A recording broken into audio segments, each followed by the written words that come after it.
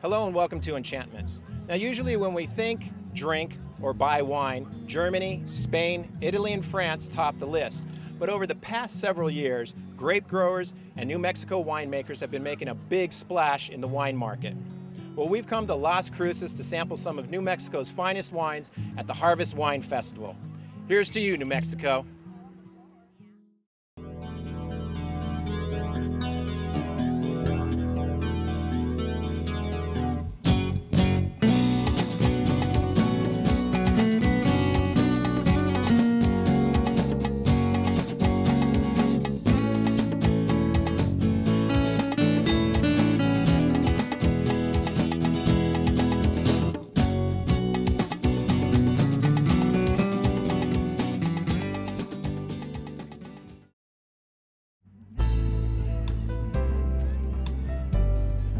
Wine has often been called the nectar of the gods. Well, the gods are definitely smiling in lasCruces. The number of wineries and bottles of wine being produced in New Mexico have been steadily increasing over the years, and many of these New Mexico wines are now giving other North American wines a run for their money. Welcome to the Harvest Wine Festival. Dawn, tell me a little bit about the history of the wine festival. Well, this wine festival was started about 9 years ago. It's a traditional harvest festival. It's meant to celebrate the grape harvest. That's why we have the grape stomp. And it's just another way to expose New Mexico wines, have people come out and have a good time, and then celebrate. They've worked hard for the last month. Right. They've harvested all those grapes, and we're ready to start making wine. So who was actually responsible for creating this wine harvest festival? The producing group is the New Mexico Wine Growers Association. That's a nonprofit organization. That's all the wine growers or vintners, winemakers in the state.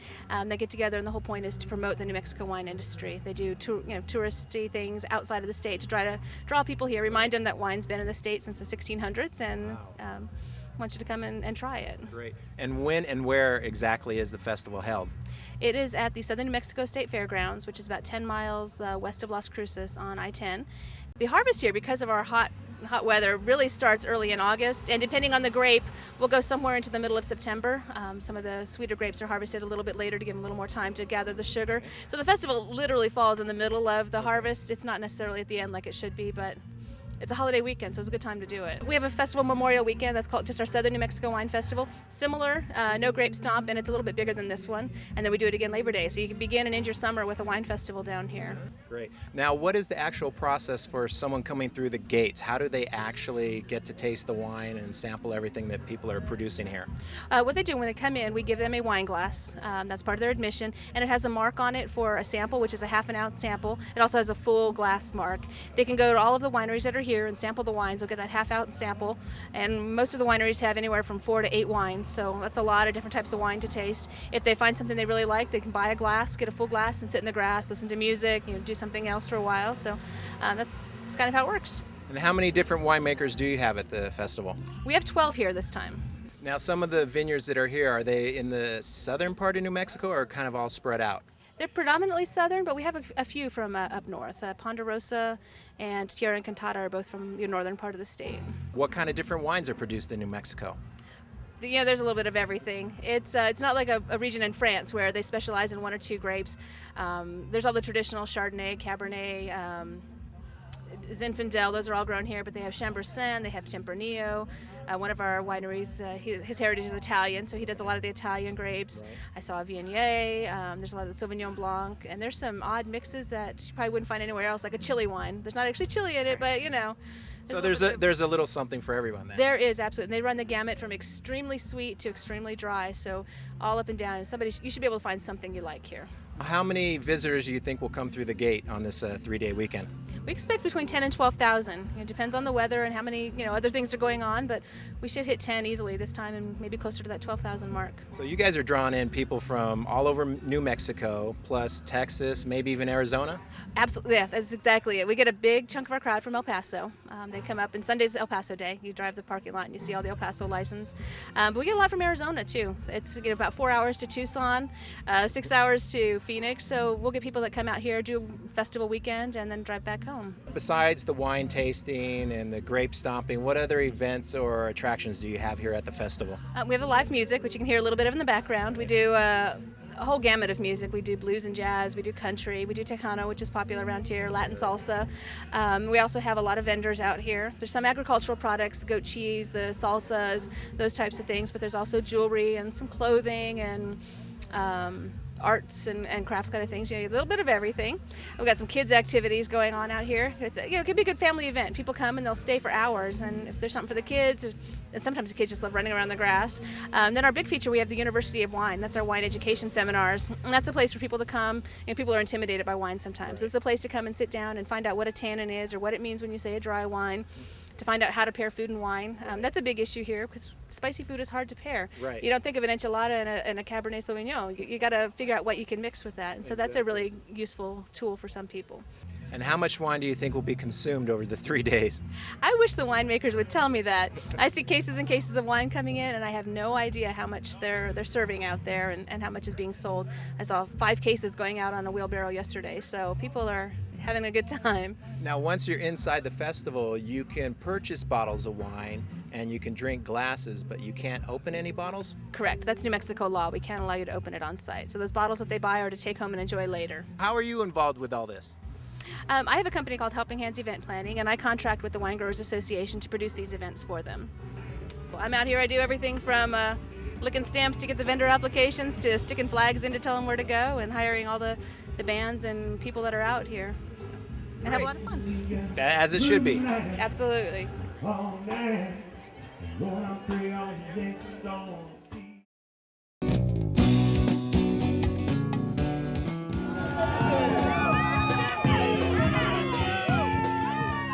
The Harvest Wine Festival has more fun and events going on than one can imagine. A big draw is the cool, refreshing, and squishy grape stomp, which can garner you some great prizes and a little more. Purple feet, anyone? When people come to a wine tasting, what should they be looking for and what's proper procedure? Proper procedure. First of all, you got red and white first, or sparkling. You have to look at that first. Then sweet or dry. Okay. And then you go from that character. So you say I like Cabernets. So you just go out there and try Cabernets. Right here at this festival, we got close to probably around 15 different Cabernets you can try from, different ones. So, wow.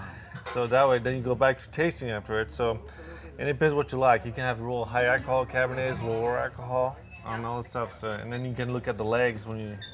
So the legs is pretty much how it sticks to the glass? Yeah, it just tells you how high the alcohol content is actually. The more legs you have, the longer they are, the thinner they are, the more alcohol they have actually. So that's the thing. And actually, when you start, smell first, of course. And you try and pick up the white berries, what spice is inside the wine, and the toastiness of the wine and everything else. So and that would be called what, the bouquet of the wine? Bouquet, correct. Okay. Yes, And first taste it.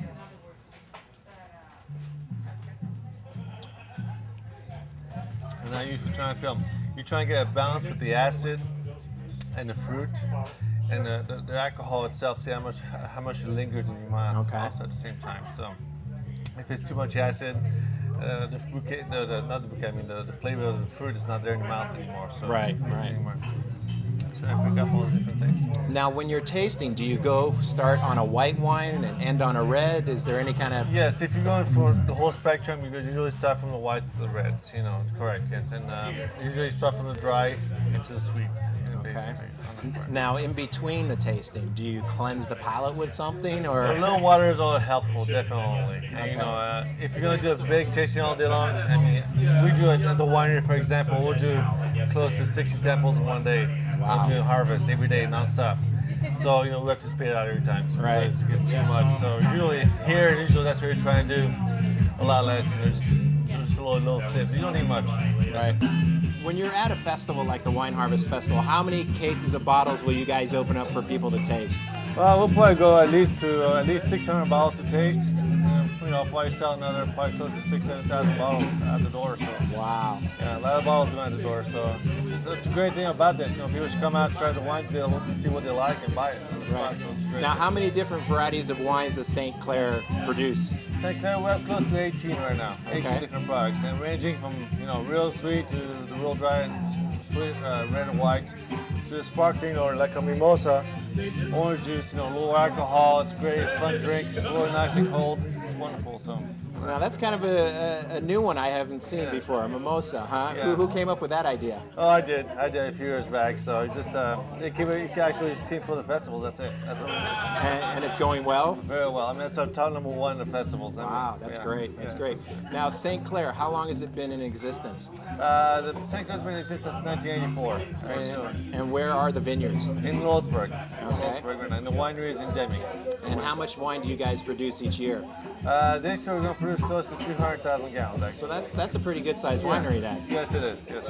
And you're kind of flowing out into international waters with your wine? Slowly. We're expanding slowly. We do New Mexico, Arizona, and Texas right now. Great. To take care of, so. Well, that's a good start. Yeah, it is. So, salud. Yeah. Salut.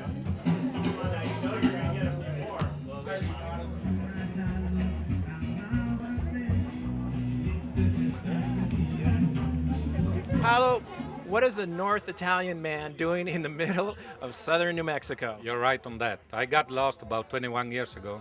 Couldn't find my way back, and I'm still here. Did you take a left at Albuquerque? Yes, correct. Yeah. No, I came in '86, and the contract that I had is just to stay for a month and a half and help the Mexican labor out to teach how to prune the vines because they didn't know too much about it, and then I decided to stay here. And I've been managing the largest vineyard in New Mexico for the past 21 years. It's called New Mexico Vineyards. And about 5 years ago, I started my own business, Luna Rosa Winery. And so that's the reason why I'm here right now. And you're loving it? I love it. Yeah. So, how does the New Mexico wine compare with other international wines?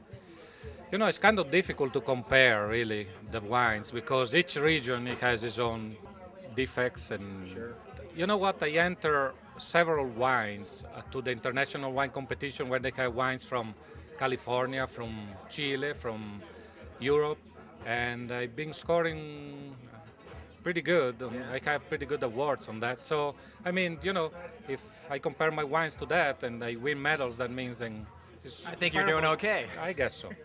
Now, is there something different about Luna Rosa wines? Yes, being an Italian, of course, I push quite a bit the Italian varietals, and in fact, there are a lot of those names that people here are not familiar with, and they start to learn about that. And then I want just to put a touch of my personal knowledge on the winemaking and see the people if they like it or not. And how long you been attending the Harvest Wine Festival? I think the first one that I attended was in 2003. Yes.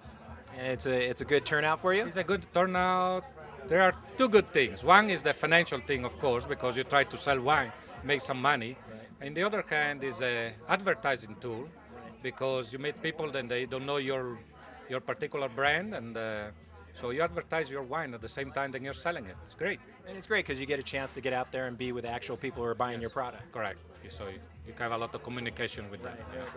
How many bottles do you guys think you'll open and pour during the 3 days of the festival? In this particular one in the fall, we go to about a couple thousand bottles. Yeah. And how much do you sell? No, I mean I'm saying between what I sell and how much I pour. Everything together, you do a Yeah, couple everything, thousand yes, bottles. correct. I don't divide really what I pour and what I sell. About a couple thousand bottles total. So not a bad weekend, man. It's not a bad weekend. And do you think there has become more of a draw for wines in New Mexico? Do people want wines? Let's put it this way, compared to 20 years ago, the quality of the winemaking improved a lot.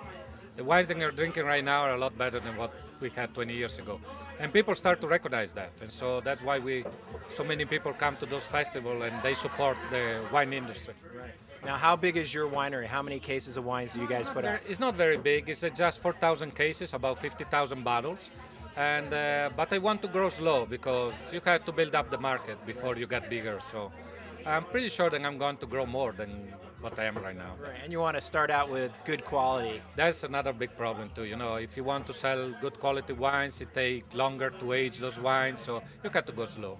Great. Well, thank you so much. I appreciate it. Thank you. All right.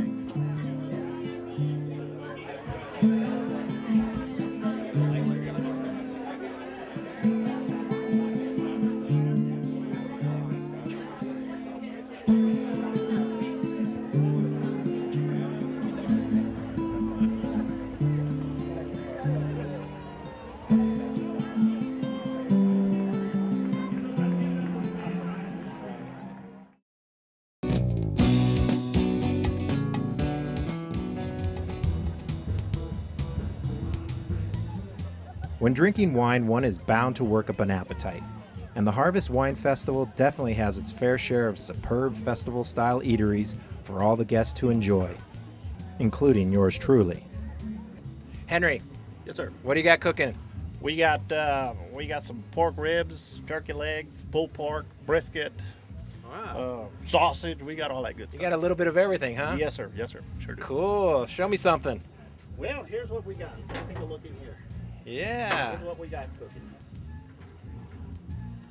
Very nice. All right, I'm getting hungry. I had my wine. Now I gotta wash the wine down with some food. Well, yeah, everybody becomes a carnivore when they drink a little bit of wine. So I came to the right place, huh? You got the right place right here. What's in this? Right here is my warmer, and you'll see that it's pretty packed up. Wow. So those are what? Turkey legs, We brisket. got turkey legs, we got brisket and pork in there. A little more of everything. Yeah, it takes 12 hours to cook this stuff, so Good. we got to get way ahead of it. And how have the sales been over the 3 days? Sales have been, we ran out yesterday. We ran out, so that's great. You hate doing that, but it's good, right? It's good. It's good and it's bad. Right. Yes, sir. Oh, baby. Let me get you something. Go ahead, do what you need to do to it. It's all set. It's You want all a little ready bit of to go? You want a little bit of barbecue sauce on? Can I get you a little bit? Yeah. Of barbecue sauce? Throw a little on there. Now this is looking good. You'll love that. Yeah. Oh, baby. There you go. Oh, baby. Woohoo. Right off the grill. I don't think you're going to beat this.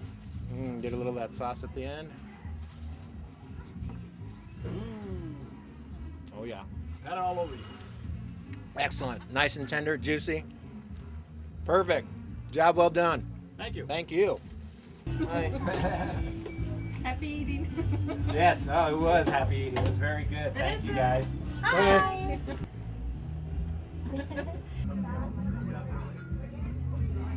Okay, guys, how's the New Mexico wine?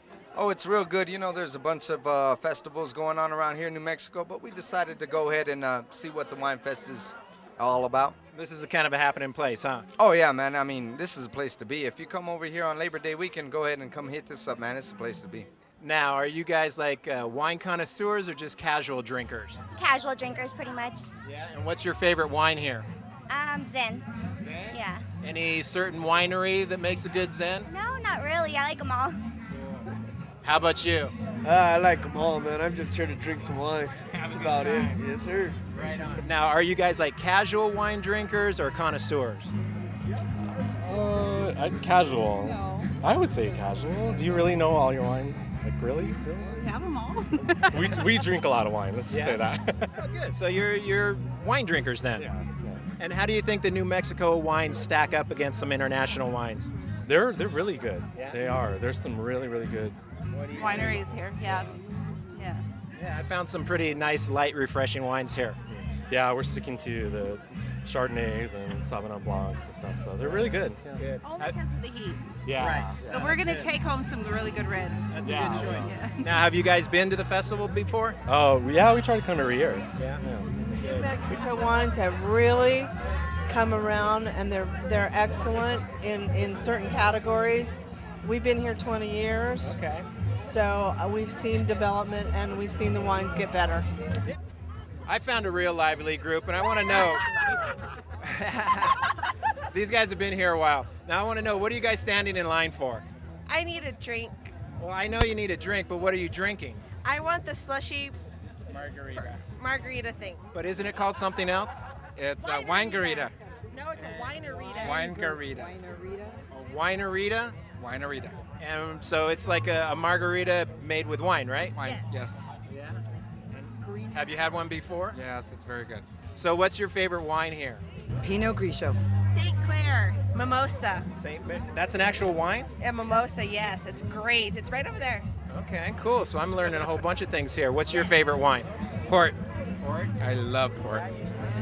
What are some of your favorite wines at the festival?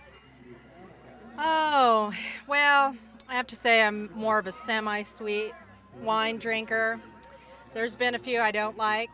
Mimosa has to be my favorite. Oh, yeah? Yeah. It's kind of an interesting mix, huh? Yeah, it is, actually. And what about you? Honestly, I can't remember which wines I've had. Oh, you've had that many?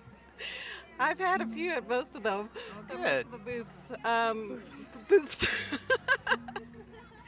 But I have to admit, I like most of the ones I tried. But what's your favorite? My favorite are the white. Yeah, the semi-sweet white. Is this your first time at the Harvest Wine Festival? Yes, actually. It's been going around for a few years, but I've been mostly to the one in Mesilla. And this is actually nicer. It's a lot more spread out, and we can really, just walk around and enjoy the wine.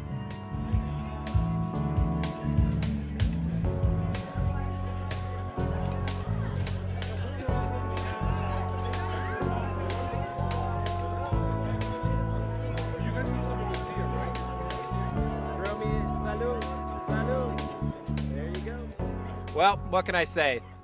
The Harvest Wine Festival of Las Cruces has it all.